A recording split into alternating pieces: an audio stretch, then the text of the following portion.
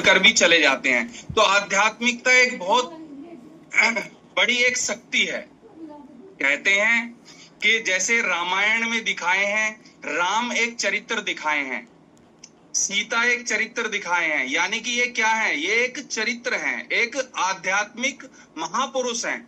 और इन महापुरुषों का जो आध्यात्मिक रहस्य है, जो हमारा एक ग्रंथ है रामायण, महाभारत, गीता, भागवत, इनका भी क्या है, इनका जो कहते हैं ना एक सार है।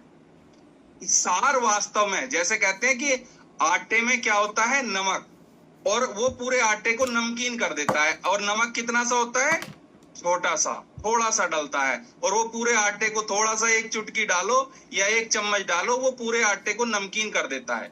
तो इसी तरह से आध्यात्म क्या है, आध्यात्म एक विज्ञान है। इन सारे जितने भी वेद शास्त्र हमारे उपनिषद हैं, उनका एक निचोड़ है, उनके एक पूरे ज्ञान को हम एक आध्यात्म कहते हैं। तो अध्यात्म में आता है, जैसे भ्राता जी ने आज बड़ी अच्छी अनुभूति कराई कि हम कैसे जुड़े उस परमात्मा से, कैसे अनुभव करें उस परमात्मा का। लेकिन उसके लिए हमें जरूरत होती है पहले अपने स्वयं को जानने की। जैसे दिखाया गया है, अपना जो सिस्टम है वो क्या है, सक्सेस सपोर्ट सिस्टम, जिसमें हम जुड़े हुए हैं। पहले अक्षर में आता है कि welcome to safe soap, welcome to safe soap. उसमें क्या दिखाया है, सक्सेस सपोर्ट सिस्टम, कि इसमें हर चीज को जानना, समझना, परखना। पहले हमें अपने आप पे यूज करना है कि हम कौन हैं, क्या है, इस सेफ सोप क्या है, और इसमें हमें हर चीज को जानना, समझना। जब हम इसे अच्छे से समझ जाएंगे, परख जाएंगे, उसके बाद ही हम दूसरों को अच्छे से बता सकते हैं कि भाई ये सेफ सोप क्या है या आध्यात्म क्या है।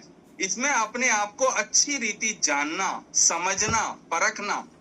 तो जैसे आज बताया कि आध्यात्म क्या है, आध्यात्म 4 सब्जेक्ट हैं, जिसमें पहला सब्जेक्ट है ज्ञान।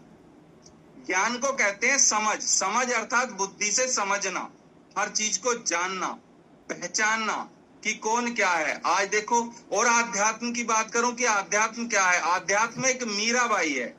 जैसे मीराबाई ने देखो कितना बड़ा काम किया कि वो सिर्फ एक भक्त थी, किसकी, उस परम पिता परमात्मा की। और उस भक्त होने के कारण वो एक श्री कृष्ण पे उसने अपना जीवन बलियार कर दिया। लेकिन